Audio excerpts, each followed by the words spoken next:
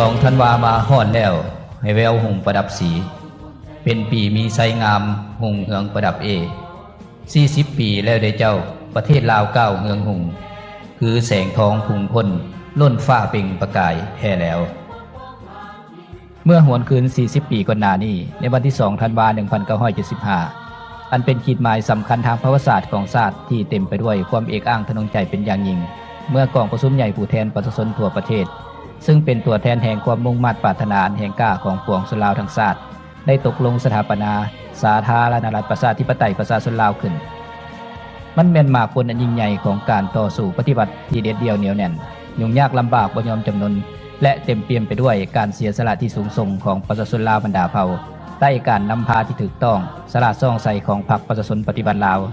สามารถทับม่างแอกครอบครองการกดขี่กุดหีดของพวกลาเมืองขึ้นและระบอบศักดินาในพังทลายลงอย่างสิ้นเชิงอันได้ไขสังกัดใหม่สังกัดที่ประเทศชาติมีเอกราชและประชาชนได้มีอิสรภาพอย่างแท้จริงในเวลา40 ปีที่ผ่านมาประชาชนลาวบรรดาเผ่าได้พร้อมเพียงเฮียงหน้ากันก้าวไปอย่างนักแน่นใต้การนำพาของพรรคประชาชนปฏิบัติลาวตั้งหน้าประกอบส่วนเขาในภารกิจปกปักรักษาและสร้างสาพัฒนาประเทศชาติของตนตามแนวทางเปลี่ยนแปลงใหม่อย่างรอบด้านและมีหลักการ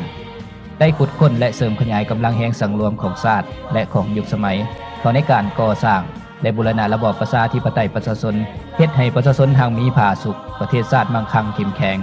สังคมมีความสามัคคีปรองดองประชาธิปไตยยุติธรรมและศรีวิไลระดับชีวิตการเป็นอยู่ของประชาชนบรรดาเผ่าได้รับการแก้ไขให้ดีขึ้นเรื่อยๆเสถียรภาพทางการเมืองก็คือเศรษฐกิจสังคมมีความสงบมั่นเพียงซึ่งได้เพิ่มทวีความเชื่อมั่นต่อชาวโลกยกฐานะบทบาทและชื่อเสียงของสาธารณรัฐประชาธิปไตยประชาชนลาวนับมือพ้นเด่นขึ้นในเวทีภาคพื้นและสากล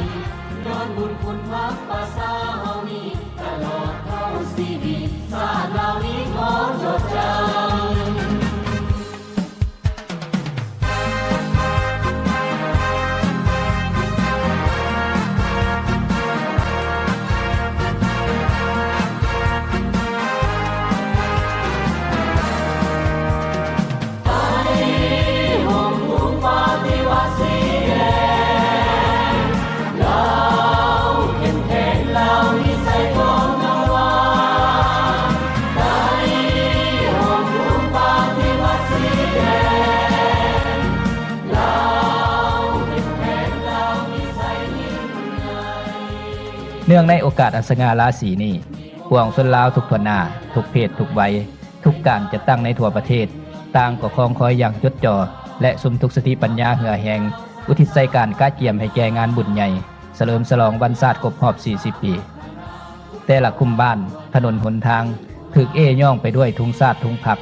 พร้อมด้วยดอกไม้ประดับและไฟสลับหลากหลายสีสันที่สร้างความสวยสดงดงามให้แก่สถานที่ต่างๆในนครหลวงเวียงจันทน์มากหัวใจของปวงชนลาวทั้งชาติได้เต็มไปด้วยบรรยากาศที่ปลอดโปร่งรักษาได้ความสงบและจบงามความเป็นระเบียบเรียบร้อยในทั่วสังคมปวงชนลาวทุกทวนหน้าการนำทุกขั้นพนักงานทหารตำรวจนักเรียนหู้ปัญญาชนพ่อค้าสาวขายและพ่อแม่ประชาชนบรรดาเผ่าบ่ว่าในนครหลวงเวียงจันทน์ก็คือในขอบเขตทั่วประเทศทุกเขตแขวงท้องถิ่นต่างๆได้พร้อมเพียงเฮียงหน้ากันสุมจิตสุมกายเกี่ยมพร้อมด้วยความเอกอ้างทะนงใจก้าวสู่งานเฉลิมฉลองวันชาติของตน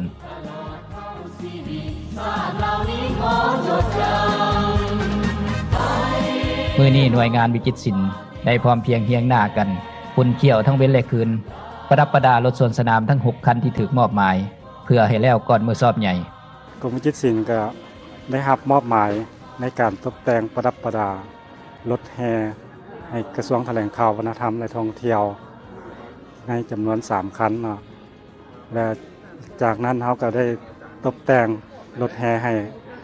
นครหลวงเวียงจันทน์ในจำนวน2 คันและกระทรวงที่3ที่พวกเขาได้ประดับประดารถแห่ให้กระทรวงยุติธรรมเนาะปัจจุบันนี้การตกแต่งประดับประดาของพวกเขาก็ได้ประมาณ 70% แล้วยังการตกแต่งผ้าตกแต่งลวดลายแล้วก็รูปภาพคาดว่าจะสำเร็จภายในอาทิตย์นี้แหละวันเวลาที่กองคอยได้หยับจ่อมอเข้ามาเท่าใดก็ยิ่งเพิ่มความกระตือรือร้นให้กับพวกชนลาวทุกชั้นคนในการประกอบส่วนเข้าใช้งานเฉลิมฉลองที่ยิ่งใหญ่นี้ ทุกภาคส่วนได้เพิ่มทวีความเอาใจใส่ให้แก่การฝึกซ้อมก่อนกำลังของตนเป็นอย่างดีเพื่อประกอบส่วนเข้าในการสวนสนามแต่ละมื้อของการฝึกซ้อมได้เริ่มต้นตั้งแต่เวลา 6 โมงเช้าทุกคนได้พยายามก้าวไปอย่างพร้อมเพรียงและเป็นจังหวะที่ดักแน่นถึงเหือจะไหลใครจะย่อยก็บ่ได้ท้อถอยค่อยๆฝึกค่อยๆก้าวอย่างทรนงองอาจเพื่ออุทิศให้แก่งานเฉลิมฉลองวันศาสตร์บรรลุได้มากผลที่สง่างาม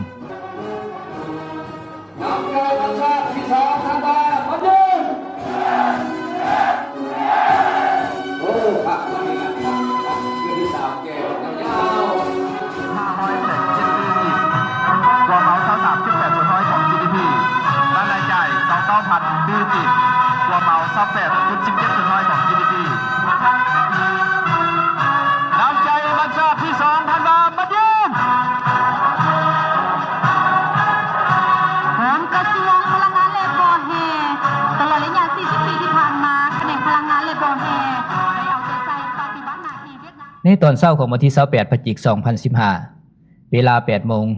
ที่ศูนย์การค้าลาวไอเต็กได้มีพิธีโฮมสุมนุมของคณะผู้แทนผู้ทรงคุณวุฒิ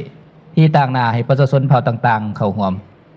โดยการเป็นประธานของท่านดร.พันธุ์ดวงจิตวงศาประธานศูนย์กลางในลาวสร้างชาติในพิธีได้มีการโอลมปาฐกถาและประกอบความเห็นจากบรรดาผู้แทนเพื่อแลกเปลี่ยนและถอดถอนบทเรียนซึ่งกันและกันเกี่ยวกับปัญหาการดำรงชีวิตวัฒนธรรมสังคมของแต่ละเผ่า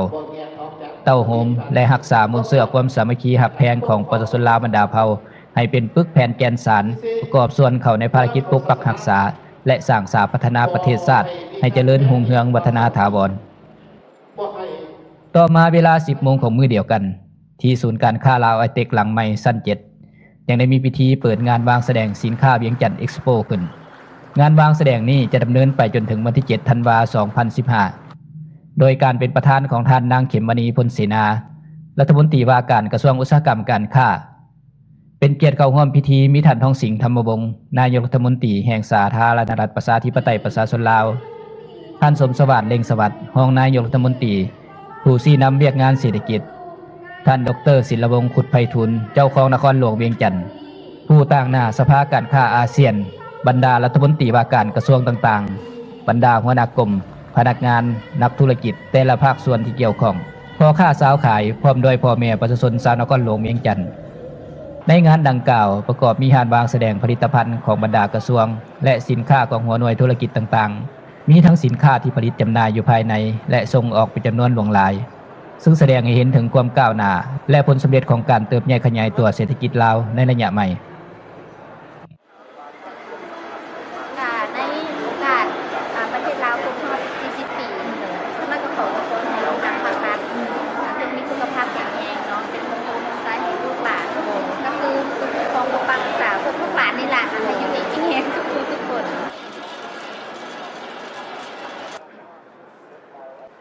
สินค้าของเขานี่เนาะได้ส่งออกนี่ความหมายว่าปีนึงมันจะมีออเดอร์เข้ามามันจะประมาณว่า5คอนเทนเนอร์เขาส่งออกคอนเทนเนอร์นึงเนาะจะอัดเต็มก็ได้อยู่ 1,200 หน่วยปีนึงเขาออก5ตู้ต้นปี2016นี่เนาะเพิ่นจะสั่งออเดอร์นำเฮาเติมอีกเพิ่นจะเอาตังแนวนี้แต่วันนี้เพิ่นจะเปลี่ยนให้เฮาหั่นน่ะเฮ็ดเป็นรูปแบบที่พับได้พอเมืองนอกนี่เขามักบางเทื่อเขาไปปิกนิกไปหันไปนี่เขาอยากพับได้แล้วเขาจะถือชูไปนำหั่นนะเดือนไปหมู่ใดเขาก็พอได้นั่งไปส่วนหลายเขาส่งนี่นะ1เกาหลีแล้วก็ไต้หวันเขาก็ส่งไต้หวันก็เอาหลายพอไต้หวันเพิ่นก็เข้ามาเก็บซื้อหมักจองเฮาได้เก็บซื้อหมักจองในเครื่องป้างแหละแล้วก็เขาได้ออเดอร์ตัวนึงนำ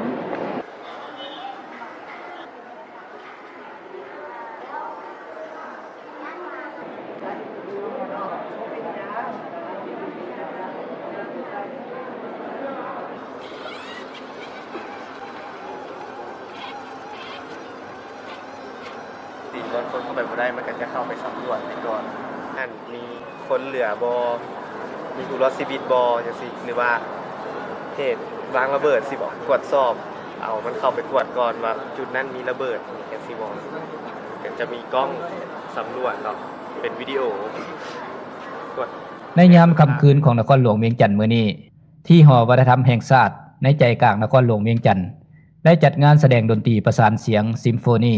สมทบกับการแสดงบทฟ้อนบทลำและกายศิลป์หลากหลายรายการเพื่อสร้างบรรยากาศฟดฟื้นอวยพรสมเสยแด่วันชาติ2ธันวาคมครบรอบ40 ปี โดยการเป็นเกียรติเข้าร่วมของสหายจุมมาลีไสยสอนเลขาธิการใหญ่คณะบริหารงานศูนย์กลางพรรคประธานประเทศบรรดาการนำและผู้แทนผู้ทรงคุณวุฒิพร้อมด้วยมวลชนเข้าร่วมชมการแสดงเป็นจำนวนหลวงหลายด้วยความเบิกบานม่วนซื่น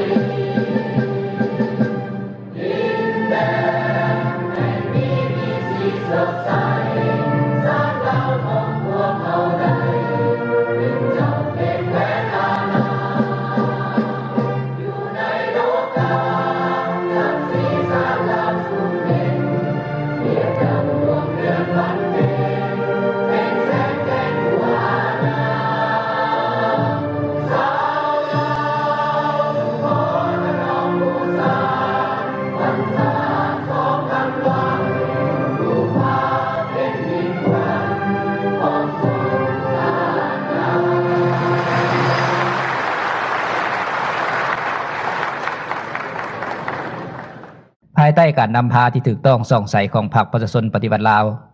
นิมิตหมายที่สำคัญยิ่งอันหนึ่งก็คือการเปิดกล่องประชุมพบปะผู้ทรงคุณวุฒิทั่วประเทศเน้นเพิ่มทวีความสามัคคีเป็นเอกภาพและความปรองดองชาติรักษาได้ความมั่นคงเป็นปึกแผ่นในวันที่30พฤศจิกายน2015สหายจุมมาลีไสยสอนเลขาธิการใหญ่คณะบริหารงานศูนย์กลางพรรคประธานประเทศได้ให้เกียรติโอลมต่อกล่องประชุมพบปะผู้ทรงคุณวุฒิทั่วประเทศประจำปี2015โดยมีบรรดาผู้นำพรรครัฐแขกถูกเชิญทางภายในและต่างประเทศตลอดฮอดผู้แทนผู้ทรงคุณวุฒิทั่วประเทศเข้าร่วมหลายกว่าพันคนในการโอลมครั้งนี้สหายจุมมาลีไสยสอนได้ต่างหน้าให้กรมการเมืองศูนย์กลางพรรคคณะเลขาธิการศูนย์กลางพรรครัฐบาลสภาแห่งชาติและในนามส่วนตัวแสดงความสมเสยต่อกองประชุมนำเอาความยุยามถามข่าวและพรไซอันประเสริฐมายังบรรดาท่านผู้แทนผ่านไปยังพี่น้องประชาชนบรรดาเผ่าในครอบครัวใหญ่ของวงคณะญาติแห่งชาติเอกภาพและพี่น้องเชื้อชาติลาวที่อาศัยอยู่ต่างประเทศเพื่อแสดงความรู้บุญคุณในคุณงามความดีของบรรดานักรบวิรชนผู้เสียสละชีวิตในภารกิจปฏิบัติแห่งการต่อสู้ปลดปล่อยชาติได้เมื่อก่อนก็คือในภารกิจปกปักรักษาและสร้างสาประเทศชาติในปัจจุบันในตอนเช้าเวลา 7:00 นของวันที่1ธันวาคม2015บรรดาการนำพรรคและรัฐบาลสภาแห่งชาติคณะจัดตั้งศูนย์กลางพรรคคณะในลาวสร้างชาติคณะกำลังป้องกันชาติคณะกำลังป้องกันความสงบคณะห้องว่าการนครหลวงและองค์การจัดตั้งมหาชนคณะผู้ทรงคุณวุฒิทั่วประเทศและคณะพี่น้องเชื้อชาติลาวที่อาศัยอยู่ต่างประเทศได้เข้าร่วมพิธีวางพวงมาลาที่อนุสาวรีย์นักรบนิรนาม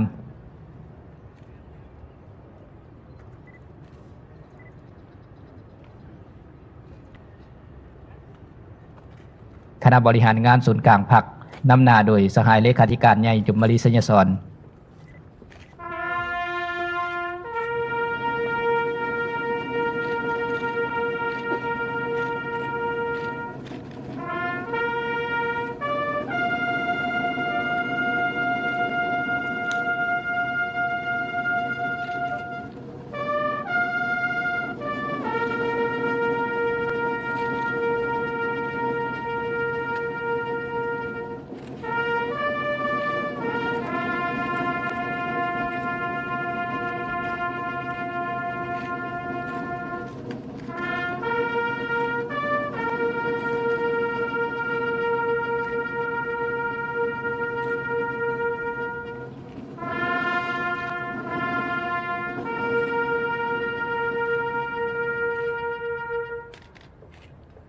คณะรัฐบาลนำหน้าโดยท่านทองสิงห์ธรรมวงศ์นายกรัฐมนตรีแห่งสาธารณรัฐประชาธิปไตยประชาชนลาว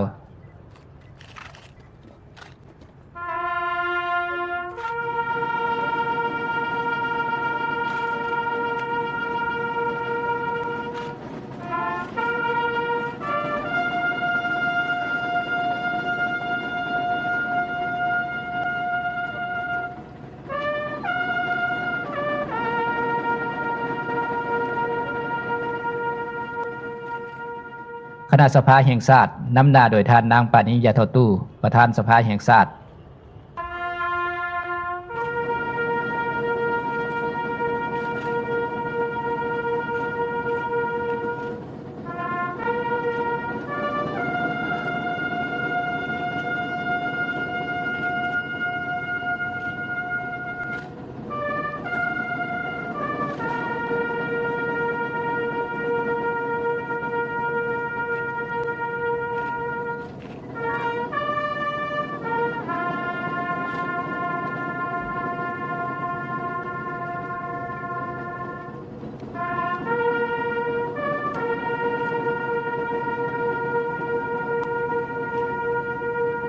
ติดตามด้วยคณะจัดตั้งศูนย์กลางพรรคคณะแนวราวสร้างชาติคณะห้องว่าการนครหลวงคณะผู้ทรงคุณวุฒิทั่วประเทศคณะป้องกันชาติคณะป้องกันความสงบและคณะพี่น้องเชื้อชาติลาวที่อาศัยอยู่ต่างประเทศหลังจากนั้นก็ได้สืบต่อไปวางที่อนุสาวรีย์ประธานไกรสอนพรหมวิหารผู้นำที่แสนเคารพรักของปวงชนลาวทั้งชาติที่หอพิพิธภัณฑ์ไกรสอนพรหมวิหารเพื่อจารึกถึงคุณงามความดีและการเสียสละอันสูงส่งของประธานไกรสอนพรหมวิหารในการชี้นำพาภารกิจต่อสู่ปฏิบัติของประชาชนลาวบรรดาเผ่า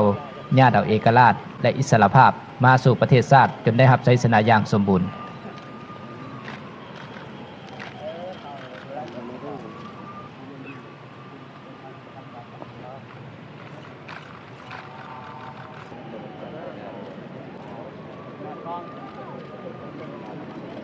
ในตอนค่ำของวันที่1ธันวาคม2015ที่หอประชุมแห่งชาติยังได้จัดงานเลี้ยงฉลองวันสถาปนาสาธารณรัฐประชาธิปไตยประชาชนลาวขึ้นโดยการเป็นเกียรติเข้าร่วมของสหายจุมบรีไสยสอนเลขาธิการใหญ่คณะบริหารงานศูนย์กลางพรรคประธานประเทศมีบรรดาสหายการนำพรรครัฐสภาแห่งชาตินักปฏิบัติอาวุโสบำนาญผู้ทรงคุณวุฒิทูตานุทูตและบรรดาแขกถึกเชิญเข้าร่วม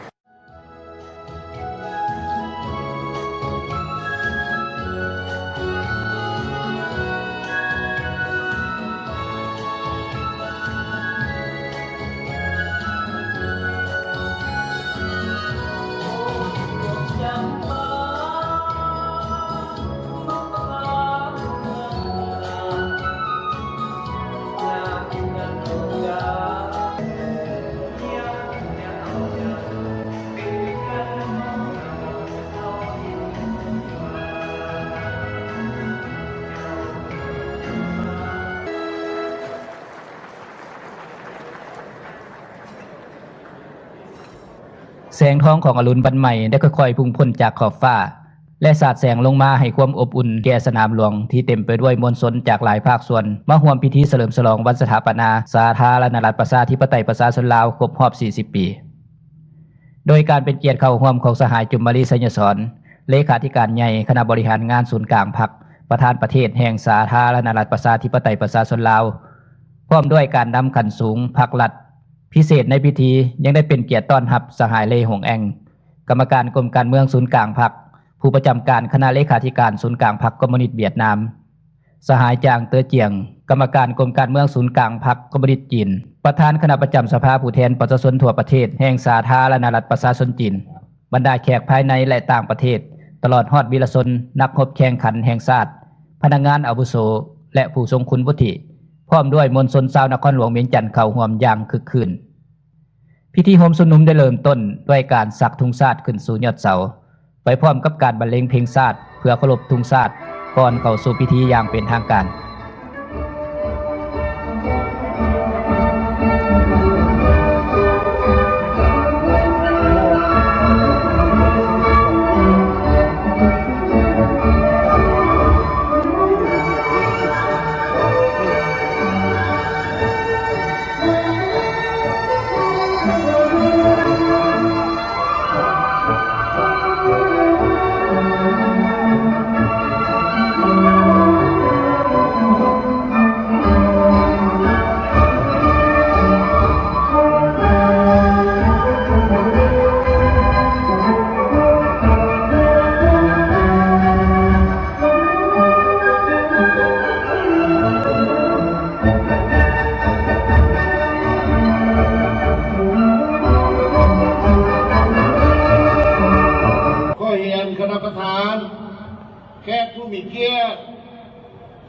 เทียแผ่งทั้งหลายพร้อมกันลุกขึ้นเพื่อเคารพธงทั้งหมดก็เคารพธง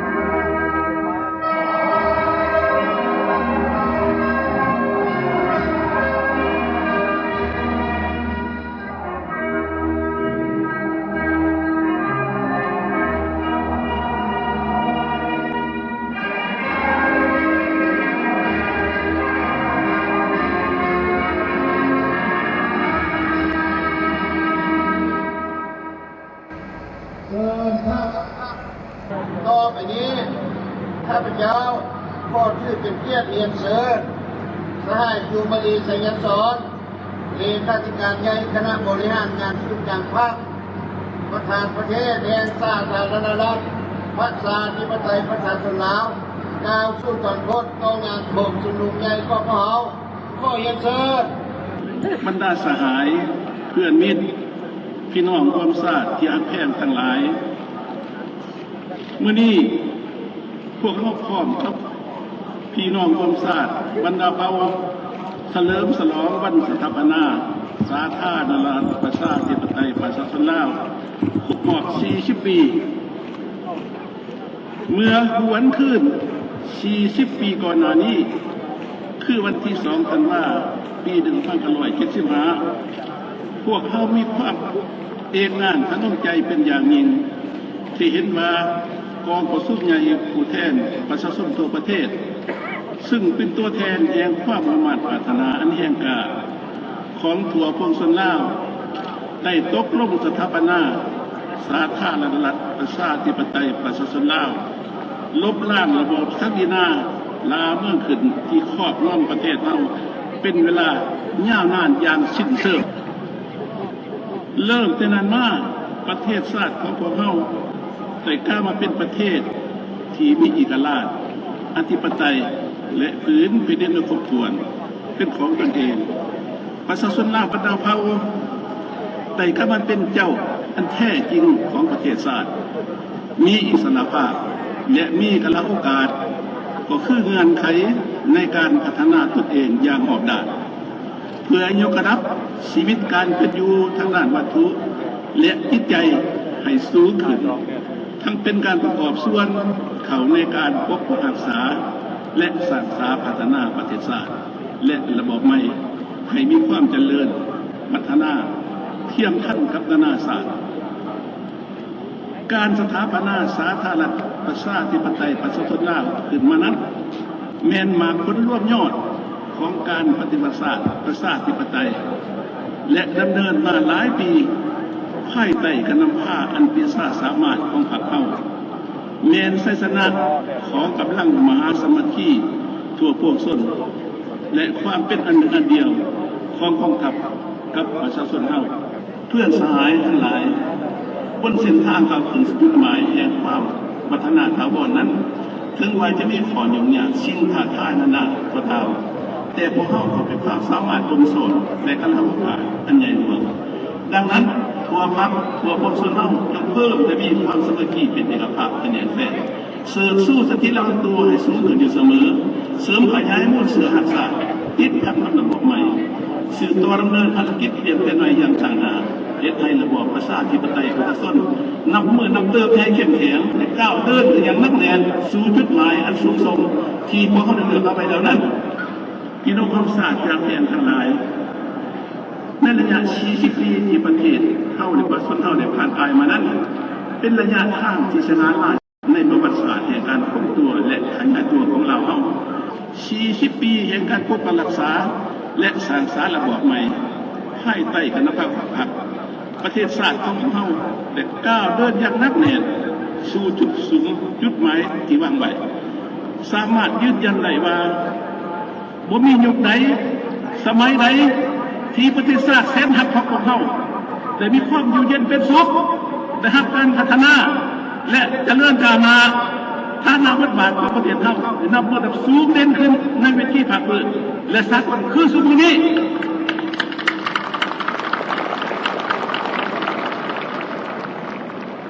ทั่วภาคทั่วรัฐทั่วคณะประกอบอาวุธทั่วกองส่วนเฮาจงป้องกันออกแห้งเสริมขยายมากผลที่ยันมาได้โดยการสืบต่อจัดตั้งปฏิบัติ2 หน้าที่ยุทธศาสตร์นำเดินภารกิจเปลี่ยนแปลงใหม่อย่างรอบด้านสืบต่อสร้างบูรณะระบอบประชาธิปไตยประชาชนสร้างกระทบปัจจัยเพื่อก้าวขึ้นสู่สังคมนิยมก้าวสู่อนาคตอันสดใสของประเทศชาติยังมีไทยภายใต้การรับโอกาสอันใหม่เพื่อความเจริญพัฒนาของประเทศชาติเพื่อความมีภาสุขของประชาชนลาวบรรดาเราเพื่อสังคมมีความสามัคคีปรองดองประชาธิปไตยยุติธรรมในชีวิตใดนั้นพี่น้องคนชาติทุกเผ่าจงสามัคคีกันอาหารตะพื้นหักประชาชนปฏิบัติหน้าผู้จะตั้งนำผ้าของศาสนาของการประเทศเรามันยืน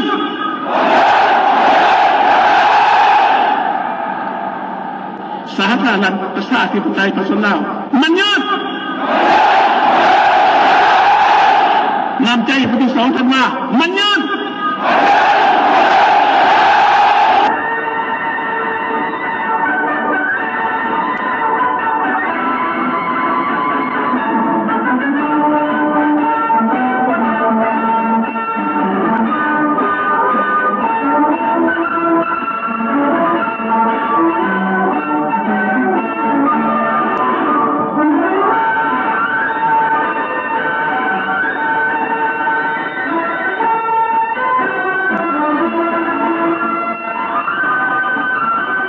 ก้อนกำลังสวนสนามทั้งหมด48ก้อนประกอบจำนวนพลประมาณ 15,000 คนได้เตรียมพร้อมประจำทีเพื่อก้าวเข้าสู่การสวนสนามพุทโธบุญอวยพรบรรดาสหายจงมีสุขภาพเข้มแข็ง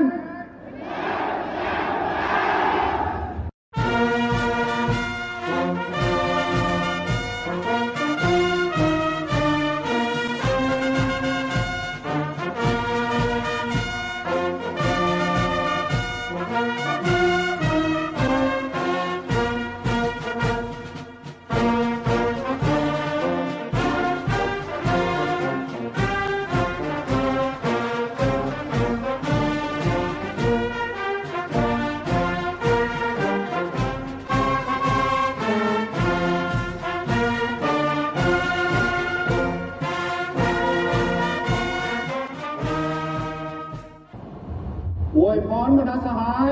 จงมีสุขภาพเข้มแข็ง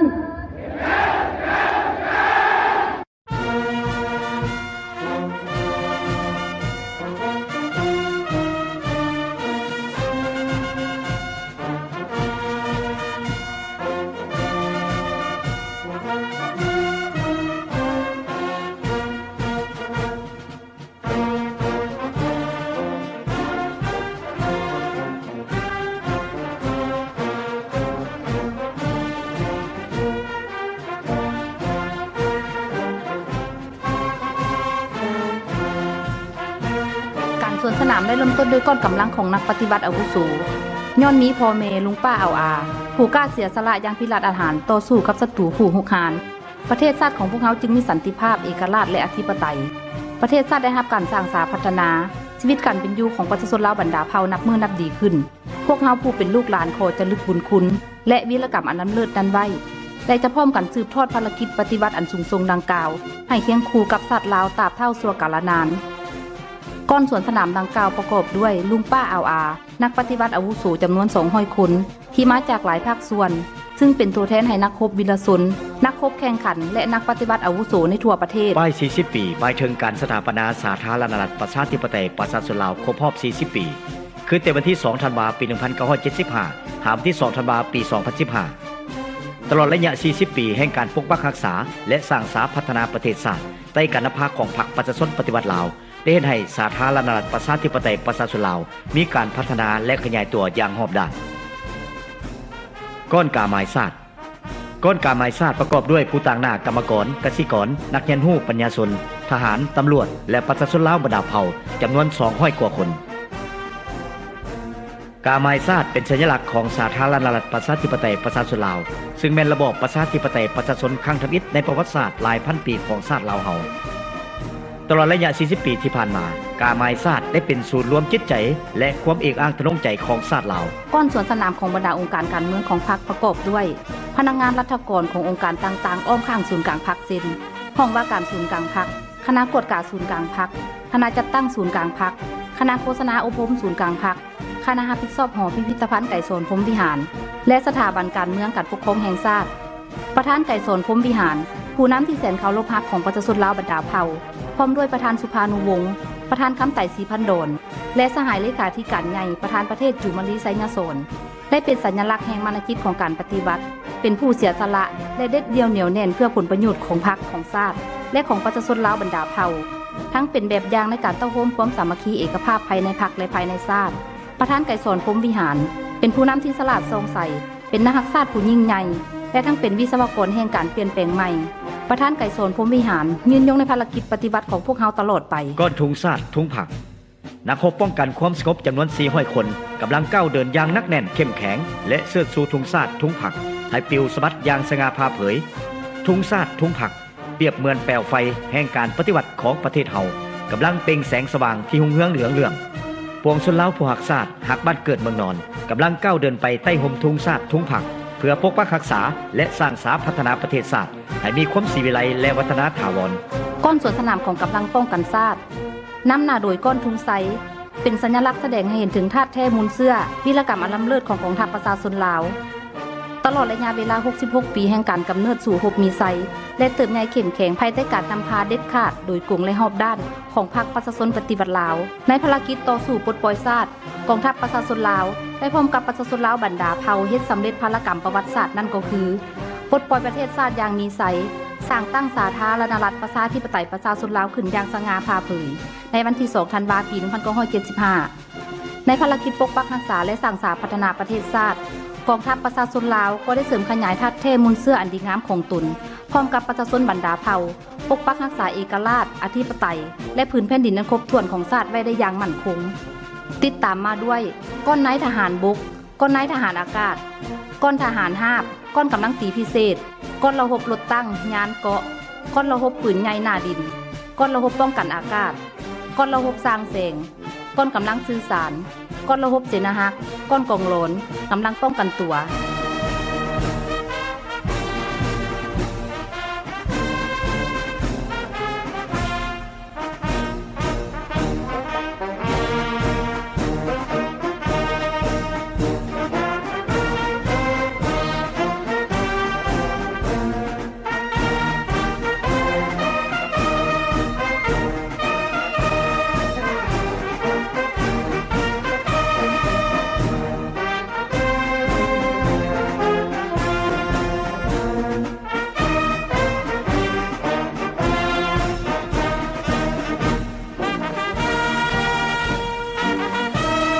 ก้อนกำลังของแขนงป้องกันความสงบกำลังป้องกันความสงบแม้นกำลังประกอบอาวุธอันแหลมคมที่จงรักภักดีของพรรคและประชาชนลาวบรรดาเผ่าเป็นกำลังที่มาจากประชาชนโดยประชาชนและเพื่อประชาชนใน40 ปีที่ผ่านมากำลังป้องกันความสงบได้เติบใหญ่ขยายตัวทางด้านจำนวนและคุณภาพมีระบบการจัดตั้งมีระเบียบวินัยและวิสัยเฉพาะที่เข้มแข็งสู่หบเด็ดเดียวอาจหารประกอบส่วนย่างสมเกียรติเข้าในไสสนะหลวงของชาติสามารถปฏิบัติหน้าที่ในการปกปักรักษาและสร้างสาพัฒนาประเทศชาติเฮ็ดให้ประชาชนอยู่เย็นเป็นสุขประกอบด้วย7ก้อนกำลังคือก้อนทุงไซของกำลังป้องกันความสงบก้อนนายตำรวจก้อนกำลังป้องกันศูนย์กลางกองบัญชาการป้องกันเคลื่อนที่ก้อนตำรวจจราจรยิงก้อนกำลังป้องกันความสงบบ้านก้อนวิสาหกิจบริหารความปลอดภัยก้อนแนวราวสร้างชาติในระยะ40 ปีผ่านมาแนวราวสร้างชาติได้สร้างและปรับปรุงกำลังแห่งทั่วปวงชนและเป็นคันทุงเต้าโฮมความสามัคคีปองดองประชาชนลาวบรรดาเผ่าศึกษาอบรมปลุกระดมปวงชนลาวบรรดาเผ่าเข้าร่วมในภารกิจปกปักรักษาและสร้างสาพัฒนาประเทศชาติ เสริมขยายแนวคิดประดิษฐ์สร้างและสิทธิเป็นเจ้าปกปักรักษาวัฒนธรรมฮีดของประเพณีอันดีงามของชาติปกป้องสิทธิและผลประโยชน์อันชอบธรรมของประชาชนลาวบรรดาเผ่าและชั้นคนต่างๆเป็นบ่อนส่องแสงมานาจิตความมุ่งมั่นพัฒนาความคิดความเห็นของทุกชนเผ่าทุกชั้นคนทุกศาสนาต่อองค์การจัดตั้งภาครัฐมีสัยทัศน์ขององค์การแนวเราสร้างชาติในอนาคตแมนเป็นองค์การจัดตั้งสัมพันธ์ทางการเมืองของทั่วสังคมที่เข้มแข็งเป็นพื้นฐานของระบอบประชาธิปไตยประชาชนที่หนักแน่นเป็นหนึ่งใน3เสาค้ำที่แข็งแกร่งในระบบการเมืองของระบอบประชาธิปไตยประชาชนก้อนส่วนสนามของสหพันธ์นักรบเก่าแห่งชาติลาวก้อนส่วนสนามของสหพันธ์นักรบเก่าแห่งชาติลาวมีจำนวน420คนที่เป็นตัวแทนของสมาชิกสหพันธ์นักรบเก่าจำนวน 72,000 กว่าคนในทั่วประเทศนักรบเก่าแม่นนายและพลทหารนายและพลตำรวจที่พักผ่อนบำนาญบำเหน็จผู้เสียองค์การย้อนการสู้รบและรับใช้การสู้รบบรรดาสหายเหล่านั้นล้วนแต่เป็นผู้ที่ได้ผ่านการปฏิบัติหน้าที่อันวิเกียรติสง่าของตนคือได้ผ่านการเป็นนักรบป้องกันชาติป้องกันความสงบ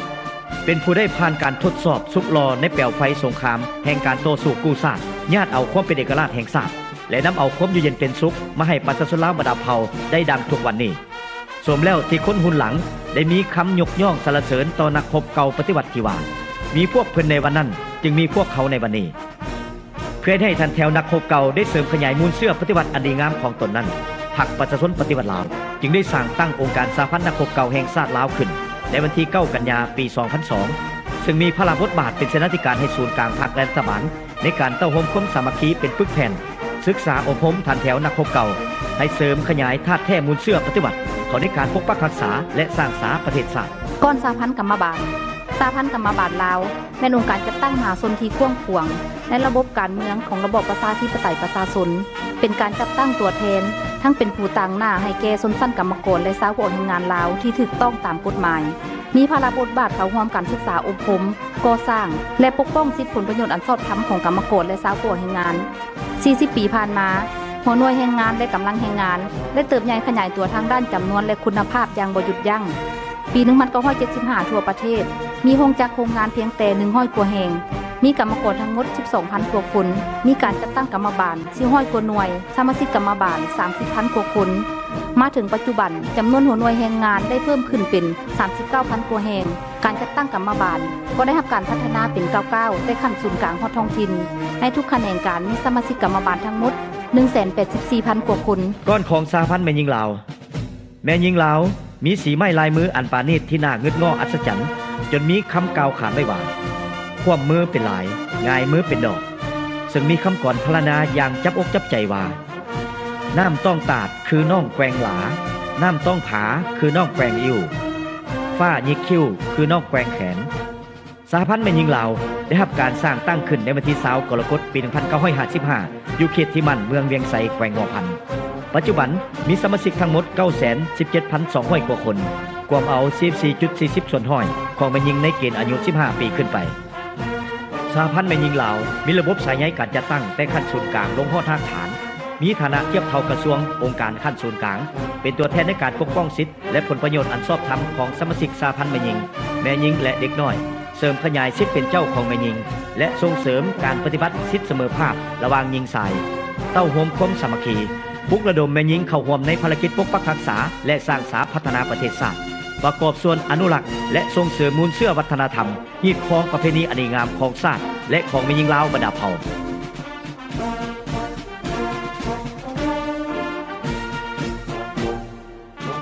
ก้อนเสาหนุ่มประชาชนปฏิวัติลาวคณะเสาหนุ่มประชาชนปฏิวัติลาวแม่นพรรคประชาชนปฏิวัติลาวเป็นผู้สร้างตั้งขึ้นในวันที่14 เมษายนปี 1955เคลื่อนไหวภายใต้การชี้นำพาโดยโกงรอบด้านของพรรคนับแต่มือสร้างตั้งมาถึงปัจจุบันคณะเสาหนุ่มประชาชนปฏิวัติลาวได้กลายเป็นใจกลางในการเต้าโฮมความสามัคคีศึกษาอบรมเสาหนุ่มลาวบรรดาเผ่าให้กลายเป็นกำลังประจันบานที่ไว้เนื้อเชื่อใจได้ของการปฏิวัติและปฏิบัติบทบาทเป็นกำลังประจันบานเข้าในทุกสนามรบจนได้ถึกขนาดน้ำว่าเสาหนุ่มเป็นกำลังที่แข็งแกร่งเป็นแขนขวาของพรรคเป็นกระดูกสันหลังของชาติเป็นผู้สืบทอดที่จงรักภักดีของพรรคและของชาติปฏิบัติคำสั่งสอนของประธานไกรสอนพรหมวิหารที่ว่าเสาหนุ่มจงเป็นดังนกอินทรีที่บ่หวั่นกลัวต่อพายุลมแดงจงกลายเป็นสินไซของยุคสมัยพวกเขาก้อนเยาวชน2 ธันวาก้อนกำลังเยาวชน2 ธันวามีจำนวน400 ชาวน้อง มาจากบรรดาโรงเรียนต่างๆในนครหลวงเวียงจันทน์และ5แขวงละ8น้องที่เป็นตัวแทนให้แก่เยาวชนลาวบรรดาเผ่าในทั่วประเทศคือจากแขวงเวียงจันทน์สยามบุรีบริคำไซคำมวนและสวรรณเขตกองประชุมใหญ่ครั้งที่1ผู้แทนชาวหนุ่มทั่วประเทศได้เป็นสื่อกองเยาวชนนำหน้าลาวฮักชาติมาเป็นกองเยาวชนธันวากองเยาวชนธันวาแม่นการจัดตั้งเยาวชนลาวผู้ห่าวหันดีเด่น60ปีแห่งการเติบใหญ่ขยายตัวทั้งด้านปริมาณและคุณภาพปัจจุบันมีเยาวชนธันวาทั้งหมด 713,000 กว่าน้องหญิง 381,000 กว่าน้องประกอบมี 2,778 กองในนั้นมีกองที่สามารถได้รับนามยศตามชื่อบรรพบุรุษลาว6กองคือกองฟางงุมกองสัญญาเศรษฐากองอนุวงศ์กองสีทองกองไก่สอนพรหมวิหารกองสุภานุวงศ์อยู่ตามโรงเรียนประถมและมัธยมต่างๆในทั่วประเทศห้องว่าการประธานประเทศและห้องว่าการรัฐบาลห้องว่าการประธานประเทศมีพระบทบาทเป็นเสนาธิการบริหารให้แก้การเคลื่อนไหวรัฐกิจของประธานประเทศและห้องประธานประเทศอยู่ภายในและต่างประเทศค้นคว้านำเสนอประธานประเทศพิจารณาประกาศใช้รัฐธรรมนูญและกฎหมายที่สภาแห่งชาติได้ตกลงรับรอง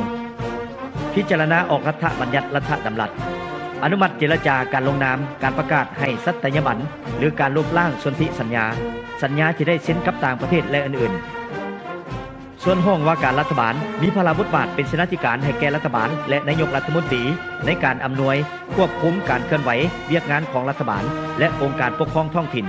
พร้อมทั้งช่วยเวียกงานนายกรัฐมนตรีในการบริหารบรรษาเวียกงานรวมและประสานสมทบเวียกงานกับบรรดาองค์การจัดตั้งของพรรครัฐองค์การจัดตั้งมหาชนองค์การปกครองท้องถิ่น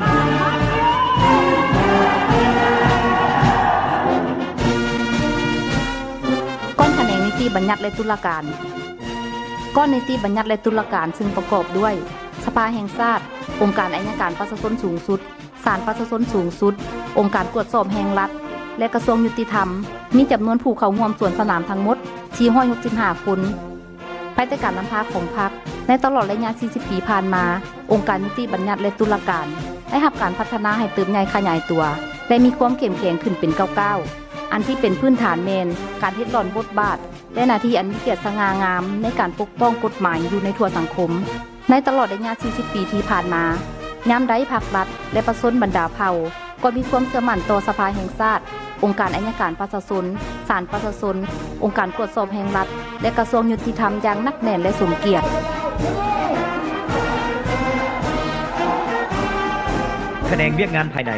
กระทรวงภายในได้รับการสร้างตั้งขึ้นในปี 2011 โดยมีพระบทบาทเป็นเสนาธิการให้แก่รัฐบาลในการคุ้มครองมหาภาคเกี่ยวกับเวียกงานการปกครองเวียกงานคุ้มครองราษฎรเวียกงานคุ้มครององค์การจัดตั้งทางสังคมเวียกงานแผนทีเวียกงานสำเนาเอกสารเวียกงานชนเผ่าและศาสนาเวียกงานคุ้มครองพลเมืองและเวียกงานแข่งขันและย่องย้อนในขอบเขตทั่วประเทศแขนงภายในสามารถญาติได้ผลงานหลายด้านที่สำคัญประกอบส่วนเข้าในผลสำเร็จรวมเฮ็ดให้การบริหารรัฐอยู่ขั้นศูนย์กลางและท้องถิ่นนับมือได้รับการปรับปรุงและเข้มแข็งขึ้นอย่างบ่หยุดยั้งแขนงภายในจะสืบต่อปฏิบัติพระบทบาทคุ้มครองมหาภาคให้มีความเข้มแข็งและสืบต่อสู่ส่วนปฏิบัติหน้าที่ของตนภายใต้คำขวัญวิสัยทัศน์กว้างไกลบริการโปร่งใสวิชาการก้าวไกลบริการว่องไวจิตใจเบิกบานก้อนแขนงการต่างประเทศโดยยึดมั่นอย่างเสมอต้นเสมอปลายในแนวทางการต่างประเทศสันติภาพเอกราชมิตรภาพและการร่วมมือบนพื้นฐานหาหลักการอยู่ร่วมกันโดยสันติสร้างเงื่อนไขอันสะดวกที่จำเป็นให้แก่การเปิดกว้างสายผูกพันร่วมมือกับบรรดาประเทศเพื่อนมิตรผู้อยู่ใกล้และไกลโดยบ่จำแนกระบบการเมืองที่แตกต่างกันสร้างได้ความไว้เนื้อเชื่อใจจากเพื่อนมิตรสากลมาโดยตลอดมาถึงปัจจุบันสาธารณรัฐประชาธิปไตยประชาชนลาวได้มีสายผูกพันการทูตถึง138ประเทศและเขตแคว้นมีสายผูกพันกับพรรคการเมือง100กว่าพรรคมีสำนักงานผู้ต่างหน้าการทูตของลาวอยู่ต่างประเทศเกือบ40แห่งสาธารณรัฐประชาธิปไตยประชาชนลาวได้ถูกรับเข้าเป็นสมาชิกอาเซียนในวันที่23กรกฎาคมปี1997และเป็นสมาชิกองค์การการค้าโลกในวันที่26ตุลาคมปี2012ก้อนแขนงแผนการและการลงทุนแขนงแผนการและการลงทุนมีบทบาทเป็นเสนาธิการให้พรรคและรัฐบาลในการคุ้มครองเศรษฐกิจมหาภาครับผิดชอบในการวางแผนและคุ้มครองการจัดตั้งปฏิบัติแผนพัฒนาเศรษฐกิจสังคมของประเทศตลอดระยะ40ปีผ่านมาได้ตั้งหน้าจัดตั้งพันขยายแนวทางนโยบายของพรรคให้เป็นอันละเอียดในแผนพัฒนาเศรษฐกิจสังคมในแต่ละระยะโดยยึดมั่น2หน้าที่ยุทธศาสตร์ปกปักรักษาและสร้างสาพัฒนาประเทศชาติรัฐบาล ได้สวมใส่การฟื้นฟูประเทศโดยกงซึ่งเริ่มต้นจากแผนปัวแปงและห้ำบัดแผนสงคราม1 ปีแผนฟื้นฟูและปัวแปงชีวิตการเป็นอยู่ของประชาชนบรรดาเผ่าในระยะ3 ปีหลังจากนั้นก็ได้ปฏิบัติแผนพัฒนาเศรษฐกิจสังคม5 ปีแต่ครั้งที่1จนถึงครั้งที่7เฮ็ดให้เศรษฐกิจขยายตัวอย่างต่อเนื่องในระดับ7%ต่อปีขึ้นไปอัตราความทุกข์ยากลดลงเป็น99สามารถบรรลุเป้าหมายสหัสวรรษด้านการพัฒนาโดยพื้นฐานแขนงอุตสาหกรรมและการค้าเป็นแขนงการหนึ่งมีบทบาทสำคัญในระบบเศรษฐกิจของชาติตลอดระยะ40 ปีที่ผ่านมาอัตราการขยายตัวของอุตสาหกรรมปรุงแต่งและหัตถกรรมเพิ่มขึ้นเฉลี่ย 12% ต่อปีกว่า 33% ของอุตสาหกรรมทั้งหมดและ 10.7% ในยอดผลิตภัณฑ์ภายในจำนวนโรงจักรโรงงานได้เพิ่มขึ้นจาก295แห่งในปี 1975มาเป็น 39,800 กว่าแห่งในปี 2015หรือหลายกว่า10 เท่าการพัวพันการค้ากับต่างประเทศได้ขยายตัวมีการพัวพันการค้ากับหลายกว่า60ประเทศในทั่วโลกมูลค่าการค้าต่างประเทศใน40 ปีผ่านมาเพิ่มขึ้นในอัตราเฉลี่ย 15% ต่อปีจาก68 ล้านดอลลาร์ในปี 1975มาเป็นหลายกว่า$7 ล้านสหรัฐในปัจจุบันแขนงการเกษตรกรรมและป่าไม้แม่นแขนงที่สำคัญในโครงประกอบเศรษฐกิจแห่งชาติ40 ปีผ่านมาได้ในอัตราส่วนการขยายตัวด้านเกษตรกรรมและป่าไม้ได้ 2.8 หา 3.1% ต่อปีความเอาอัตราส่วนของ GDP รวมทั่วประเทศ 24% สามารถบรรลุได้ตามแผนการอันได้ประกอบส่วนเขาได้อัตราส่วนการขยายตัวของ GDP รวมทั่วประเทศเพิ่มขึ้นบรุษ 8% ต่อปีอันพ้นดินแม้นในปี 2015 นี้องค์การอาหารและการเกษตรแห่งสหประชาชาติได้มอบใบยั่งยืนอย่างสมเกียรติให้แก่สปป.ลาวที่ได้บรรลุคาดหมายสหัสวรรษที่1ในการลดทอนการขาดแคลนด้านเสบียงอาหารและแก้ไขความทุกข์ยากจาก 42% ในปี 1990 มาเป็น 18% ในปี 2015 ปี 1975 ผลิตข้าวเปลือกได้เพียง 600,000 ต้นพอดปี 2015 ผลิตได้ 4.2 ล้านต้นเพิ่มขึ้น7 เท่าทั่วประเทศมีข้าวกินเพียงพอและมีส่วนแห่ขายออกการผลิตพืชปี 1976 ได้เพียง 18,400 ต้นปี 2015 ผลิตได้ 1,400,000 ต้นเพิ่มขึ้น49 เท่าฝูงสัตว์ขยายตัวเฉลี่ย 5% ต่อปีการบริโภคสิ้นของสังคมในปี 2014 เฉลี่ย 55 กิโลต่อคนต่อปีบรรลุได้ตามแผนการมีป่าผลิตแห่งชาติ51 แห่งเนื้อที่ 3,1,000 เฮกตาร์ได้สำเร็จการสำรวจแล้วห้อยสวนห้อยแขนงการเงินและธนาคาร40 ปีที่ผ่านมาแขนงการเงินได้สูญใจคุดค้นทาแหงบ่มซ่อนเพื่อสร้างรายรับตอบสนองรายจ่ายไปตามแนวทางของพรรคและนโยบายของรัฐโดยมีผลงานก้าวขึ้นอย่างต่อเนื่องซึ่งแสดงให้เห็นจากตัวเลขการจัดตั้งปฏิบัติแผนงบประมาณสุขปี 2014-2015 คือด้านรายรับปฏิบัติได้ 23.8% ของ GDP และรายจ่ายได้ 28.17% ของ GDP แขนงการธนาคารแม้ได้เฮ็ดหลอดหน้าที่เป็นอย่างดีซึ่งสามารถรักษาเสถียรภาพเงินตราแห่งชาติได้อย่างมั่นเทียงอัตราเงินเฟ้ออยู่ในระดับต่ำอัตราแลกเปลี่ยนมีความสงบปัจจุบันทั่วประเทศมีธนาคารธุรกิจ40แห่ง89สาขา460หน่วยบริการได้แจกจ่ายอยู่135เมืองในทั่วประเทศมีหน่วยแลกเปลี่ยนเงินตรา36แห่งและห้างแลกเปลี่ยนเงินตราเอกชน197แห่งมีตู้ ATM 1,000 กว่าหน่วยนอกนี้ยังมีสถาบันการเงินจุลภาค150แห่งแขนงพลังงานและบ่อแห่40 ปีที่ผ่านมาแขนงพลังงานบ่อแห่ได้รับผลสำเร็จที่บาทก้าวกระโดดขึ้นในปี 1975 ทั่วประเทศมีเขื่อนไฟฟ้าน้ำตก3แห่งมีกำลังติดตั้ง 32.8 เมกะวัตต์ประชาชนได้ชมใช้ไฟฟ้าเพียงแต่ 3.3% ของครอบครัวทั้งหมดในทั่วประเทศแต่มาฮอดท้ายปี 2015 แหล่งผลิตพลังงานไฟฟ้าได้เพิ่มขึ้นเป็น 38 แห่งมีกำลังติดตั้งถึง 6.265 เมกะวัตต์มีสายส่งไฟฟ้าถึง 50,000 กิโลเมตรสถานีจ่ายไฟฟ้า53แห่งประชาชนได้ชมใช้ไฟฟ้าอย่างถาวรถึง 89.6% ของจำนวนครอบครัวทั้งหมดในทั่วประเทศสามารถส่งไฟฟ้าไปต่างประเทศหลายกว่า 4,000 เมกะวัตต์สร้างรายรับหลายกว่า300 ล้านดอลลาร์สหรัฐต่อปีและคาดว่าจะสูงขึ้นไปเรื่อยๆในต่อหน้าด้านแขนงบ่อแห่เมื่อก่อนมีเพียงบ่อครัวที่พ้นติ้วแขวงขมวนเท่านั้นแต่มาฮอดปัจจุบันมีถึง95บริษัทที่ได้รับอนุญาตสัมปทานในการขุดค้นแห่ธาตุที่ค้นในปัจจุบันแมนคำเงินทองแดงกัวเกลือกาลีหินกาวเหล็กถ่านหินสังกะสีและอื่นๆแขนงบ่อแห่ได้สร้างรายรับเข้างบประมาณในปี 2003 หาปี 2015 ได้เกือบ$2 ตรีสหรัฐก้อนแขนงโยธาธิการและขนส่งถือป้ายน้ำหน้าโดยนางสุดาพร วิสุณราชที่เป็นนักบินเรือบินไอพ่นเพศหญิงคนทำอิฐของประเทศลาวตลอดระยะ40 ปีผ่านมาแขนงโยธาธิการและขนส่งได้เติบใหญ่ขยายตัว ตารางเส้นทางทั้งหมดในทั่วประเทศเพิ่มขึ้นจาก 11,500 กิโลเมตรในปี 1976 มาเป็น 51,500 กว่ากิโลเมตรในปี 2015 ในนี้มีทางปูยางที่ไปถึงทุกเทศบาลแขวงมีเส้นทางปูยางและเส้นทางดินแดงเที่ยวได้2ฤดูเข้าถึง 148 เมืองในทั่วประเทศปัจจุบันมีขัวทั้งหมด 1,764 แห่งรวมความยาว 52,600 กว่าเมตรในนั้นมีขัวข้ามน้ำโขงที่สำเร็จการก่อสร้างแล้วทั้งหมด 7 แห่งและความก่อสร้าง1แห่งการขนส่งโดยสารทางบกเพิ่มขึ้นจาก 2.1 ล้านเที่ยวคนในปี 1976 มาเป็น 48.9 ล้านเที่ยวคนในปี 2014 พร้อมเดียวกันนี้ยังได้บุทะลุการก่อสร้างระบบขนส่งทางน้ำออกสู่ทะเลตะวันออกการขนส่งโดยสารทางอากาศได้เพิ่มขึ้นจาก 16,000 เที่ยวคนในปี 1976 มาเป็น 1.4 ล้านเที่ยวคนในปี 2014 ระบบน้ำประปาได้เพิ่มขึ้นจาก 5 ตัวเมืองในปี 1976 มาเป็น 93 ตัวเมืองและ27พื้นที่บริการในปัจจุบันเฉพาะโครงการก่อสร้างทางรถไฟลาวจีนได้วางศิลาฤกษ์และกำลังสืบต่อดำเนินการก่อสร้างก้อนคะแนนทรัพยากรธรรมชาติและสิ่งแวดล้อมกระทรวงทรัพยากรธรรมชาติและสิ่งแวดล้อมได้สร้างตั้งขึ้นในปี 2011 มีภาระบทบาทเป็นชนะธิการให้แก่รัฐบาลในเวียกงานคุ้มครองและปกปักรักษาทรัพยากรธรรมชาติและสิ่งแวดล้อมให้มีความยืนยงรวมทั้งเวียกงานคุ้มครองภัยพิบัติและการแลกเปลี่ยนดินฟ้าอากาศเวียกงานอุตุนิยมและอุทกศาสตร์ในระยะ 40 ปีผ่านมาด้านเวียกงานคุ้มครองที่ดินได้เก็บกำข้อมูลและสำรวจที่ดินเพื่อสร้างที่ดินโดยจัดแบ่งเขตจัดประเภทที่ดินขั้นบ้านภูมิบ้านได้ 3,700 บ้านและสร้างแผนจัดสรรที่ดินขั้นเมืองได้ 55 เมืองได้ออกใบตาดิน 870,000 กว่าใบรวมเอา 34 ส่วนห้อยของจำนวนสมโนตอนดินทั่วประเทศ 2.6 ล้านตอนเวียกงานธรณีศาสตร์และแห่ธาตุ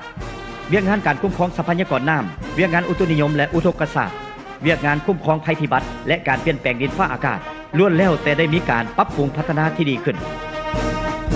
ก้อนแขนงไปรษณีย์โทรคมนาคมและการสื่อสารตลอดระยะ 40 ปีผ่านมา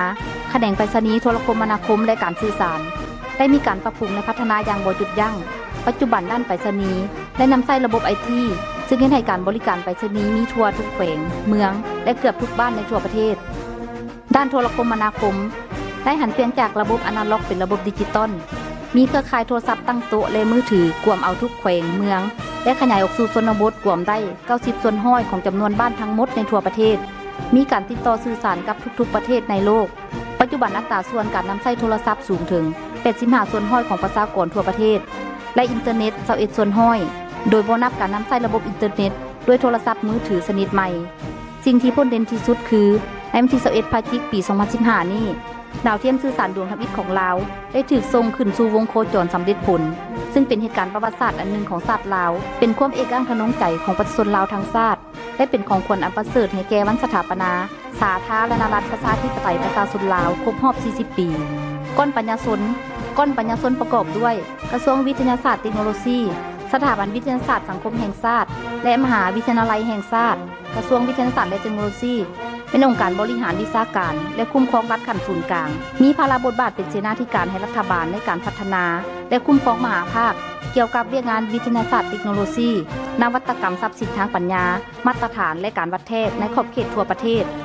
สถาบันวิทยาศาสตร์สังคมแห่งชาติมีฐานะเท่ากับคณะต่างๆของศูนย์กลางพรรคและรัฐบาล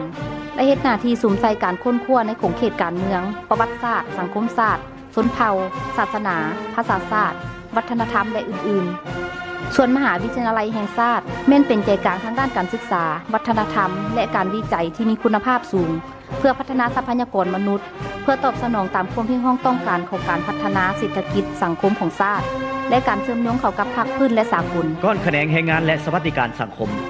ตลอดระยะ 40 ปีแห่งการปกปักรักษาและสร้างสาพัฒนาประเทศชาติคะแนนแห่งงานและสวัสดิการสังคมได้รับความเอาใจใส่อย่างตั้งหน้าใน 5 ปีที่ผ่านมาพัฒนาสีมือแห่งงานได้จำนวน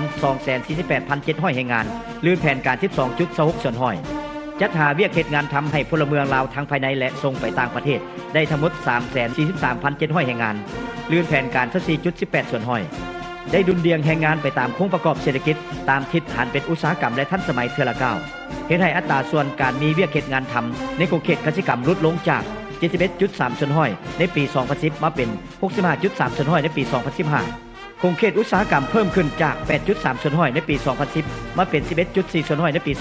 2015และโครงเขตบริการเพิ่มขึ้นจาก 20.4 ส่วนห้อย ในปี 2010 มาเป็น23.3 ส่วนห้อยในปี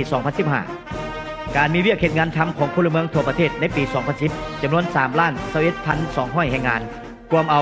51.91 ส่วนห้อยของพลเมืองและในปี 2015 มี 3,754,000 แห่งงานรวมเอา 55.67 ส่วนห้อยของพลเมือง ก้นแขนงสาธารณสุขตลอดระยะ40 ปีผ่านมาแขนงการสาธารณสุขได้รับการพัฒนาอย่างตั้งหน้าก่อนปี 1975 โรงหมอศูนย์กลางมีเพียง 2 แห่งปัจจุบันมี 5 แห่งศูนย์ปิ่นปัวเฉพาะวีซ่า 3 แห่ง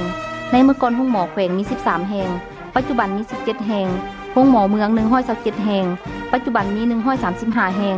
ปัจจุบันตารางสาธารณสุขของรัฐปกคลุมได้ 98 ส่วนห้อยในทั่วประเทศการบริการภาคเอกชนก็ได้มีการขยายตัวมีห้องหมอ 17 แห่งห้องกวดและศูนย์ปิ่นปัวพยาธิ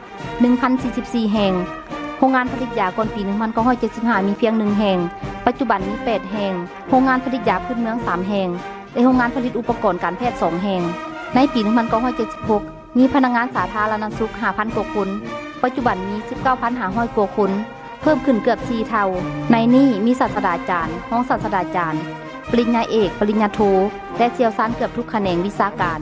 สถาบันการศึกษาก่อนการปลดปล่อยมีวิทยาลัยสร้างแพทย์เพียงแต่แห่งเดียวปัจจุบันได้มีมหาวิทยาลัยวิทยาลัยการแพทย์โรงเรียนสาธารณสุขศาสตร์และศูนย์อบรมวิชาชีพทั้งหมด 10 แห่งก้อนแขนงการศึกษาธิการและกีฬา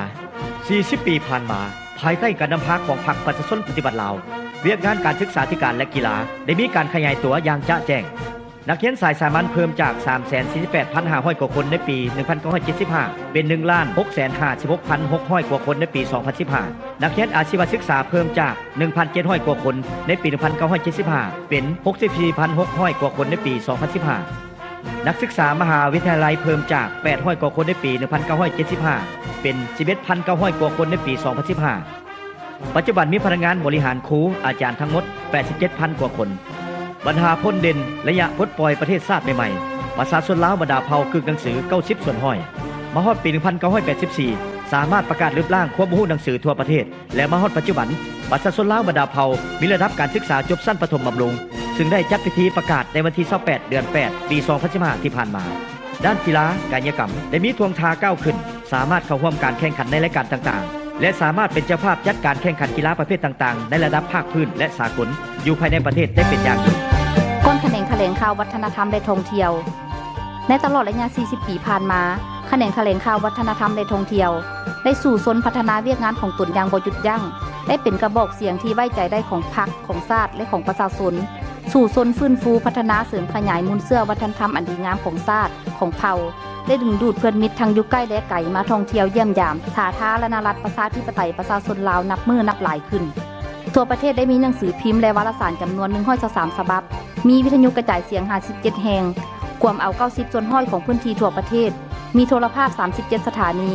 สามารถแพร่ภาพกวมเอา75ส่วนห้อยของพื้นที่ทั่วประเทศได้สร้างครอบครัววัฒนธรรมจำนวน 780,500 กว่าครอบครัวเท่ากับ 66.21 ส่วนห้อยของครอบครัวทั่วประเทศบ้านวัฒนธรรม 4,700 กว่าบ้านเท่ากับ 56.34 ส่วนห้อยของจำนวนบ้านทั่วประเทศเวียกงานศิลปะการแสดงพิมพ์จำหน่ายมรดกวิจิตรศิลป์รูปเงาหอสมุดหอพิพิธภัณฑ์และอื่นๆรวมได้รับการพัฒนาอย่างตั้งหน้าเมืองหลวงพระบางและวัดพูจำปาสักได้ถือองค์การยูเนสโกรับเข้าเป็นมรดกโลกนักท่องเที่ยวได้เข้ามาเยี่ยมยามสาธารณรัฐประชาธิปไตยประชาชนลาวมีจำนวนถึง 4,300,000 กว่าคนและสามารถสร้างรายรับได้เกือบ700 กว่าล้านดอลลาร์สหรัฐได้นำเอาผลประโยชน์มาสู่ประชาชนลาวบรรดาเผ่านับมือนับหลายขึ้นก้อนนครหลวงเวียงจันทน์นครหลวงเวียงจันทน์เป็นนครที่มีประวัติศาสตร์อันยาวนานหลายกว่า 2,000 ปีและได้สถาปนาเป็นนครหลวงของประเทศนับแต่ปี 1560 เป็นต้นมามีเนื้อที่ทั้งหมด 3,920 ตารางกิโลเมตรมี9ตัวเมือง481บ้านมีพลเมืองทั้งหมด 800,000 กว่าคนหญิง 400,000 กว่าคน40 ปีผ่านมาองค์คณะพรรคองค์การปกครองนครหลวงเวียงจันทน์แต่ละสมัยได้จะตั้งนำพาประชาชนชาวนครหลวงเวียงจันทน์ปฏิบัติ2หน้าที่ยุทธศาสตร์คือปกปักรักษาและสร้างสารนครหลวงเวียงจันทน์ที่ได้รวมยอดผลิตภัณฑ์ภายในเพิ่มขึ้น12ส่วนห้อยต่อปีเฉลี่ยรายรับ 4,390 ดอลลาร์สหรัฐต่อคนต่อปีถ้าเทียบใส่ระยะก่อนการปลดปล่อยเพิ่มขึ้นเกือบ30เท่าตัวการผลิตข้าวกินเทียบใส่ระยะปี 1975 หาปี 1985 เพิ่มขึ้น8เท่าในเวียกงานศึกษาก่อนปลดปล่อยมีเพียงแต่โรงเรียนสามัญและชั้นสูงโรงเรียนดงโดกมีครู100 กว่าคน ในชั้นปริญญาเอก4คนแต่มาฮอดปัจจุบันมีโรงเรียนทั้งภาครัฐและเอกชน916แห่งมีนักเรียนหลายกว่า 182,000 กว่าคนก่อนปลดปล่อยมีห้องหมอ3แห่งปัจจุบันมีห้องหมอหลายกว่า10แห่งก่อนปลดปล่อยมีเส้นทางปูยางมีเพียงแต่39กิโลเมตรเส้นทางดินแดง263กิโลเมตรปัจจุบันมีเส้นทางปูเปตงทั้งหมด162กิโลเมตรทางปูอัสฟัลต์747กิโลเมตรทางดินแดง 1,135 กิโลเมตรระบบน้ำประปาและไฟฟ้าในระยะก่อนปลดปล่อยมีกำลังการผลิตสามารถสนองได้แต่ภายในเขตเทศบาลมาฮอดปัจจุบันทั่วนครหลวงเวียงจันทน์มีโรงงานน้ำประปา3แห่งประชาชนได้นำใช้น้ำประปาน้ำสะอาดและไฟฟ้าห้อยส่วนห้อย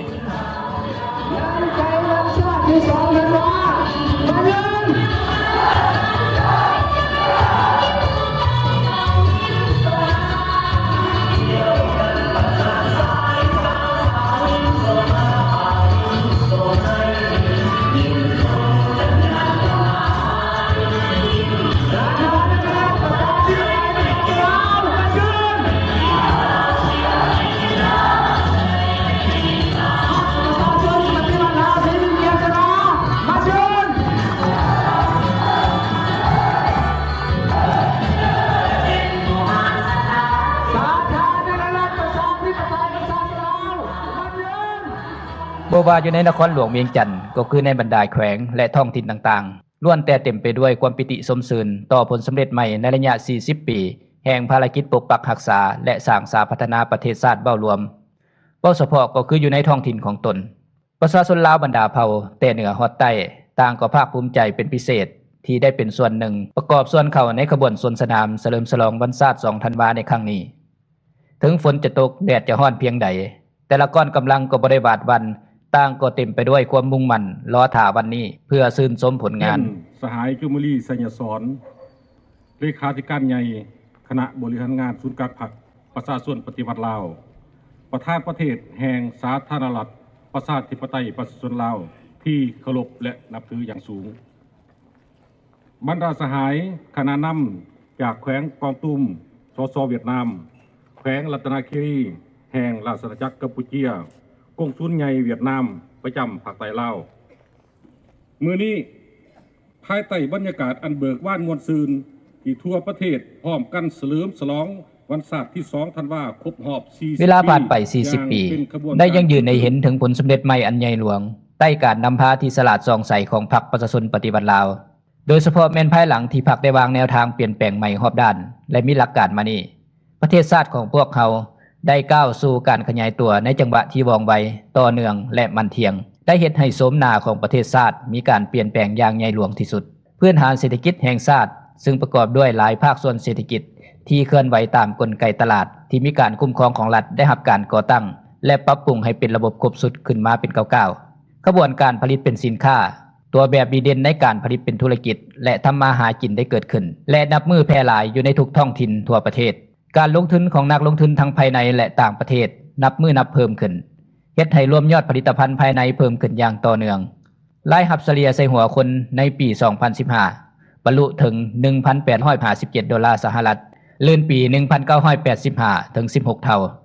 ในการพัฒนานั้นภาครัฐได้ให้ความสำคัญในการแก้ไขความทุกข์ยากของประชาชนและการพัฒนาชนบทอย่างรอบด้านเป็นต้นแม่นเขตผู้ด้อยชนเผ่าเฮ็ดให้โฉมหน้าของชนบทมีการเปลี่ยนแปลงอย่างจะแจ้งเฮ็ดให้ครอบครัวทุกข์ยากเหลือเพียงแต่ 6.59 ส่วนห้อย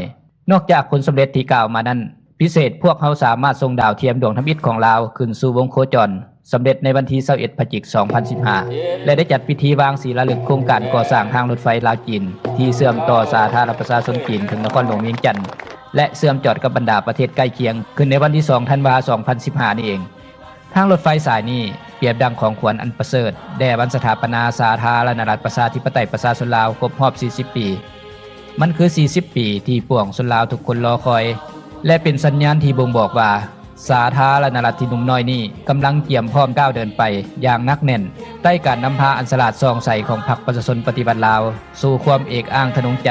และอนาคตที่สว่างไสวสร้างปฐมปัจจัยก้าวสู่สังคมนิยมที่เจริญรุ่งเรืองศรีวิไลและพัฒนาถาวร